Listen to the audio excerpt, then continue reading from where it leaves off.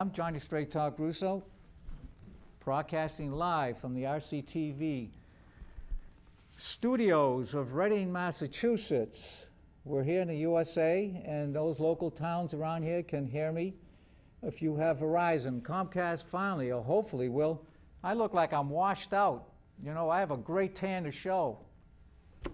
What kind of a crew do I have here? I'll have to fire them. That's far better. Cut the tape. Anyway, yes, broadcasting live. And I have a website, Johnny Straight Talk Russo, just as it's spelled, Johnny. It's right at the bottom if we can. I guess there's no special slides. I have no telephone. I apologize this evening for these my negligent crew. Anyway, I am here, and we are here to talk about the real Obama. The real Obama is a story. It's very important that come next year you have somewhere to go where you get a summary of the most important things you have to remember about the real Obama. The real Obama showed himself for the first 2 years of his presidency. Then, as he said, he got shellacked in the November 2010 elections. Yes, shellacked, and therefore he had a new hope and change. He dropped that, but now he's got a new different song here, and he started going toward the middle. Way off to the left, started there, went to the middle.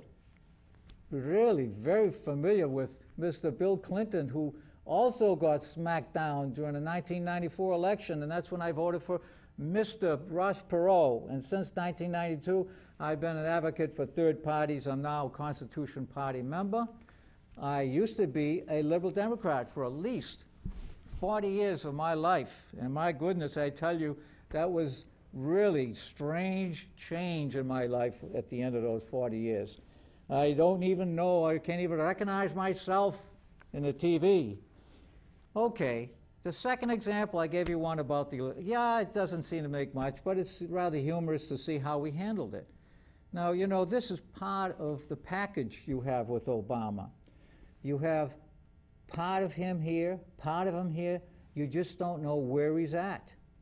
And it's not unusual, and I felt that was a good example of what kinds of things he does. A second example was ushering in the new era of responsibility during his inaugural speech. Just as he got elected, then you have an inaugural speech on the 20th of January, and he was ushering in the new era of responsibility. This is a new message. And really, the real Obama is an example of irresponsibility. And he's trying to change it so that he appeals to the middle class, I guess the middle people in the middle who are somewhat unsure. So he has to give them something that sounds good. Does he really believe it? I doubt it very much from his actions, and you will see from what I give you for evidence. So, this time here, we have Congress up to the election of 2010 not passing a budget. He passed nothing. Now, is this a first example, second example of what he is doing to show leadership? Not at all. A leader passes budgets, and it's very unusual to do what he did. What did he have to say to Congress? He could have told them, I want a budget. Of course, no, it's Pelosi's problem. Sure, we've heard that before. Well, anyway, he said, and I quote, "The question we ask today is not whether our government is too big or too small, but whether it works." My goodness, I could say that. It sounds very good, but we know different from what he did after that time. In fact, we know differently from the time he started his election and his term for the first 2 years. But that's the way it goes. The Wall Street Journal on January 21st, 2009, I quote, "No government ever ended a law of its own accord and ending them takes political will, and we know that. I'll give you an example. In the early 2000s, Sam Donaldson, who used to be a newscaster in ABC, farmer. He had a company that produced mohair. Mohair is used for clothing, also for blankets, and my dearest and fairest does a lot of that. She works with all kinds of things. In any case, they used mohair jackets, inliners for jackets during World War II when they were flying the planes and B-17s, etc. He got a special subsidy for about 7 years of about $80,000. Shows you that once a program starts in Congress, it literally takes many actions, many hours, and great fortitude to really revoke that law or change that law. So it just never ends. So as far as where we're going, well, of all the Democrats and Republicans we know, there's no comparison between the Democrats who promote irresponsibility. Granted, the Republicans do it occasionally too, and I don't doubt that. I've seen it. But let's look at some examples of irresponsibility. Illegal aliens getting free passes. Give them driver's licenses. Just open up the borders. That's what Obama wants to do. He's never completed the border anyway. You only have about 1/3 or 20% of the entire border with the fence that they agreed to pass during the Bush administration. Of course, Bush was no different. Bush was even worse than Obama. So here's a case in point. Obama's done a better job in immigration than a Republican. But of course, Obama knows he wants to get reelected, so he's going to do what he has to do. And we do vote. Welfare, FDR, a Democrat, invented it. He promoted it to get votes, obviously. Obama national health care. You know, we wanted to give health care to all kinds of people. 30 million, 25 million who weren't getting health care. Well, you know, there are those who can't because they're disabled. I have a disabled child myself, and I know what it means. But quite a few of them are not interested in buying any insurance, not paying for anything. And this is the mentality. And you'll see those. I saw an article in the Globe just about that. Well, then you have, as far as giving parental notification, a law that we have in Massachusetts, for children who are having children, the Democrats don't want any rules associated with anyone's freedom. If they're 12, 13, let them go, get an abortion, no parental notification. The Democrats love this. They want to break up the family. This is how they do it. And of course, we have the marriage that used to be between a man and a woman. Now they have invented a new marriage, a faux marriage. And so, you know, they can't have children, but that's okay. They call it marriage. Eventually, we'll have a threesome as a marriage. They already had that in the Netherlands. Next, the right to affordable housing. Right here in this state, great state of Massachusetts. Instead of calling welfare, they call it affordable housing. No, everybody wants affordable housing. Of course, you're taking money from others and giving it to certain people. When I grew up and I was married, I had to go to different towns to afford what I have. And of course, it took me quite a while to get to Reading. But today, you don't have to. If you don't make enough money, they'll give you money for free to have affordable housing. Sounds very nice, but we're going down a track where everyone will have housing. It'll be a right, no different than the health care. It's a way to get votes, and we know that. My favorite, I guess, aphorism, teach a man, I guess it's really, give a man a fish, you fed him for a day. Teach a man how to fish, and you fed him for a lifetime. The Democrats don't like that. They like the first part where you keep on giving the fish, so they always vote for that one person. And one class of people that is really in bondage to the Democrats are the blacks. 80, 90% routinely. The most consistent of all, and they feel there's hope, and yet they are bondaged right in the inner city with schools that are essentially run by the unions, who are the Democratic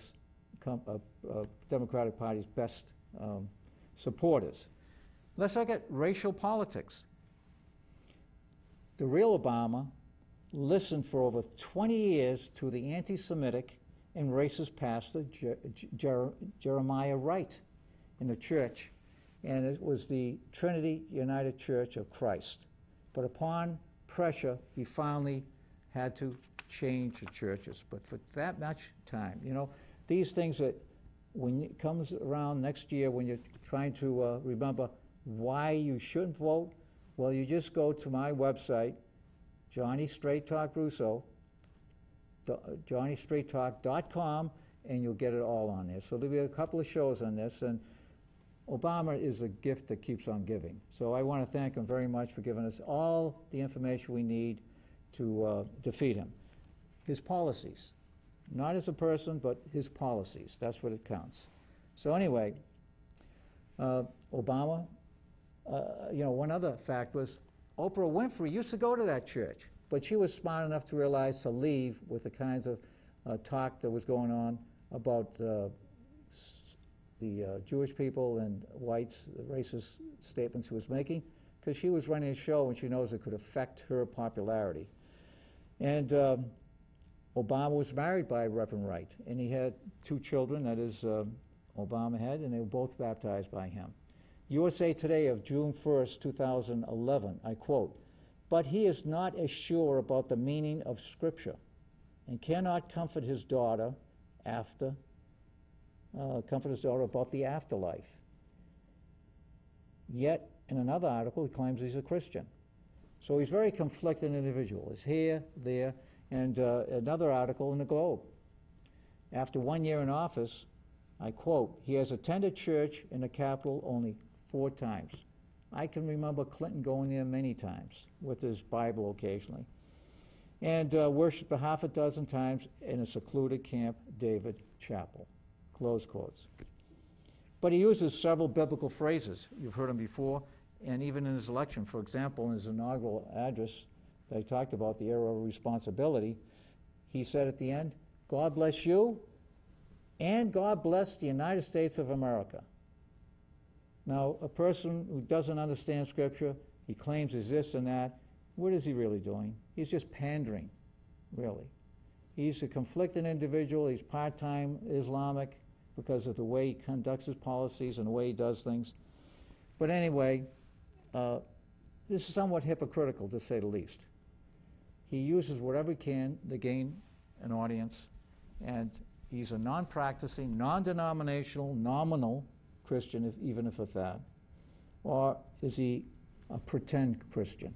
I really don't know, but from the evidence we have here, again, not just my sources, the Globe, USA Today, both are on the kind of left side. The USA is not a bad paper.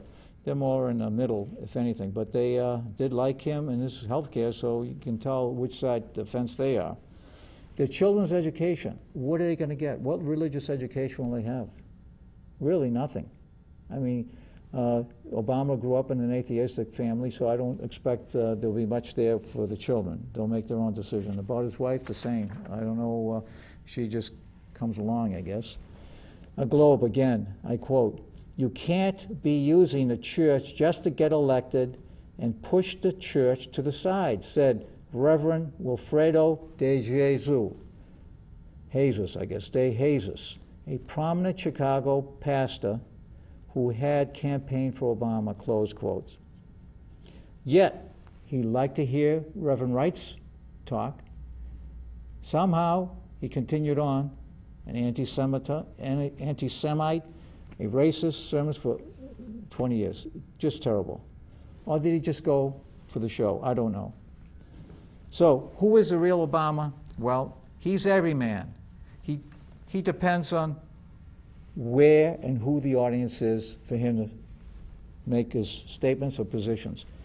You know, 40 years ago, he could have done that, but today with the website and a lot of information I have comes right off of the search engines, websites, you can't get away with much of anything today. So he's living in a time where he thinks people are still just with the little portable radios and that's it. But let's look at Chicago politics. I have no phone.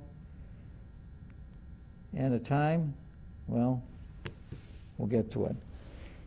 Chicago politics in action. The real Obama intimidates the Supreme Court members. the justices. In the USA Today, January 20th, in 2011, I quote, Obama took the very rare step of criticizing the court to its face.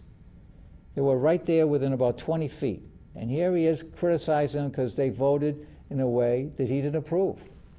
That's a real great Chicago politics way. Unvarnished way of exhibiting power. Imagine him in a place like England where they had the monarchies. He could have been King Obama with the apostrophe after the O. King Obama. Anyway, the Chicago way, we know Mayor Richard Daley, the famous guy who helped to throw the election to a JFK in the 60s. And then his son took over, Junior. He did the same thing in different ways. And of course, we have the former Mayor Blagojevich. I mean, the gyrations he went through just to prove he was innocent. In the end, he lost. But it's amazing the amount of chutzpah, the real strength and false strength to go up there and claim your innocence with such really bad manners and bad behavior. Anyway, okay, tonight, let's summarize. I'm talking about the real Obama tonight. And tonight we're going to have, and we have had, discussions about different things about him and what is really telling about this individual. It is important to have this information, and conservatives who will need to remember why you didn't like him won't have to worry about your memory. You just go to my website, johnnystraighttalk.com, and you'll get everything I'm saying tonight, and there'll probably be at least one more show, and if our gift of Mr. Obama keeps on giving, we'll have more shows.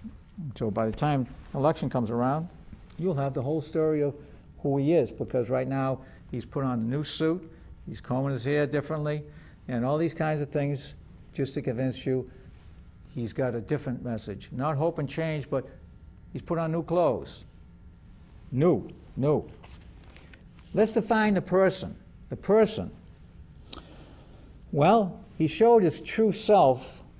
The real Obama has shown his true self, revealed himself in ways in private conversations. This is the best way of really knowing the man. When the camera is not on and there are others not watching him, and you have him in a private conversation. And let me give you an example. During a presidential campaign, a fundraiser, it was a private fundraiser in California. And he said, and they have it on tape, and my source is, it's not here, but it's the Huffington Post. And he said this, and it's not surprising, I quote, "It is not surprising then they get bitter," referring to white men. "They cling to guns or religion or antipathy to people who aren't like them, or anti-immigrant sentiment or anti-trade sentiment as a way to explain their frustrations," close quote. Well, you know, it was such a bad statement, such a bad statement. It is such a bad statement that even Hillary Clinton had to come out and make a statement. And what happened is, I quote, and this was in Christianity Today, but also in another magazine, so all of my sources I get are from the left, with few exceptions. Even Christianity Today is not, it's really a liberal Christian publication. On Christianity Today, April 13th, 2008, I quote, and this is from Hillary Clinton, "The people of faith I know don't cling to religion because they are bitter." Really countermanding what Obama said in a private conversation in a fundraising attempt. So he makes these statements, but how about, the black teens, which are suffering very high unemployment? What has he done, say, about black crime? I do not know he ever has said anything about that. He is so lockstep with the unions and the Democrats, the liberal Democrats, and the leftists, that they would discourage him if he said anything about his own people. Of course, he's half black, so anyway, can you, you know, this chair here is for people who want to express a different opinion. The arm is now dust-free. The other one is probably dirty, and I have to kind of change a chair around to make sure I dust that the next time. This chair is for those who want to give a different response. Tell me where I'm wrong. You can't call tonight because this show is not live.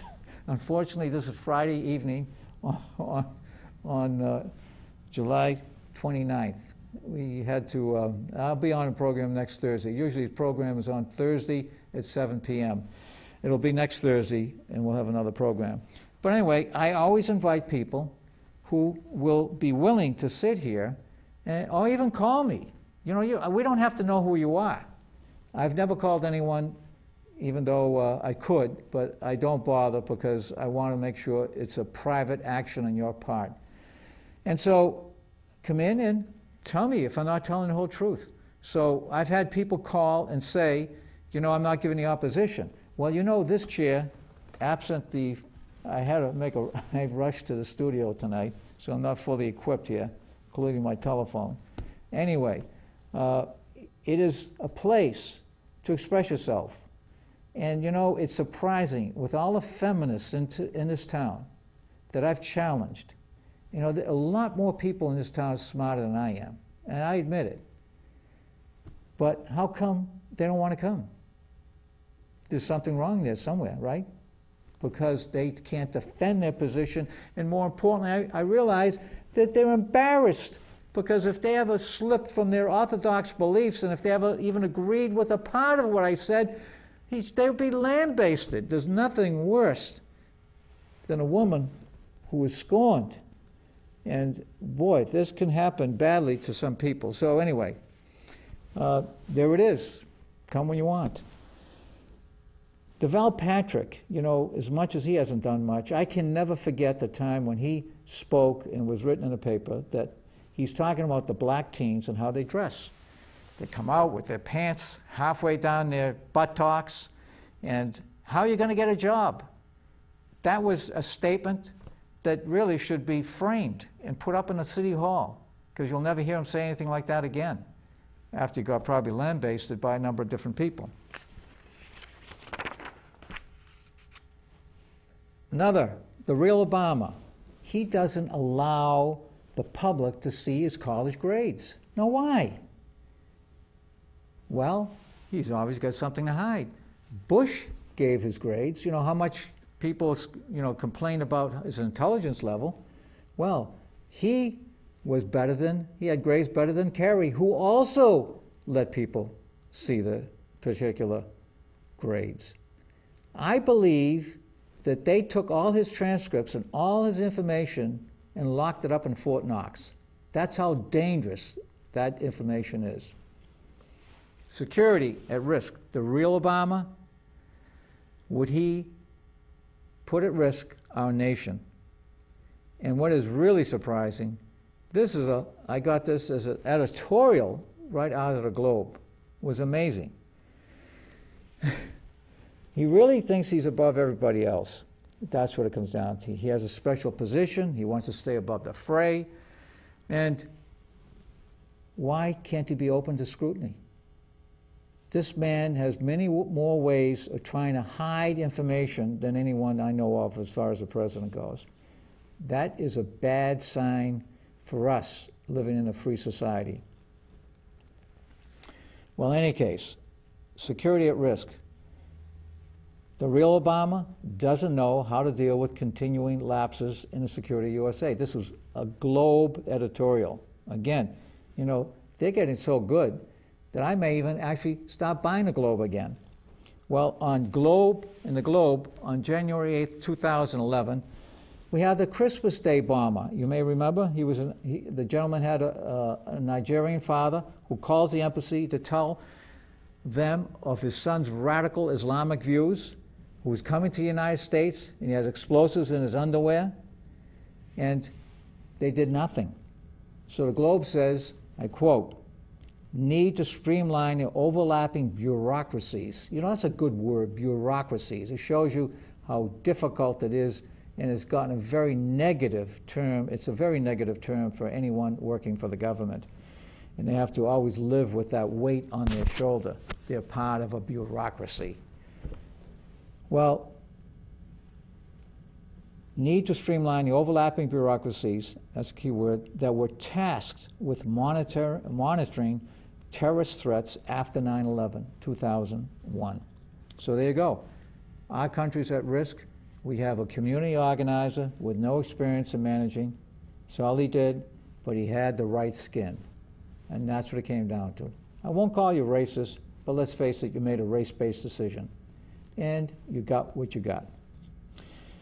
Where is my counterpoint? Come on in. Okay, post-racial president. This is a good one.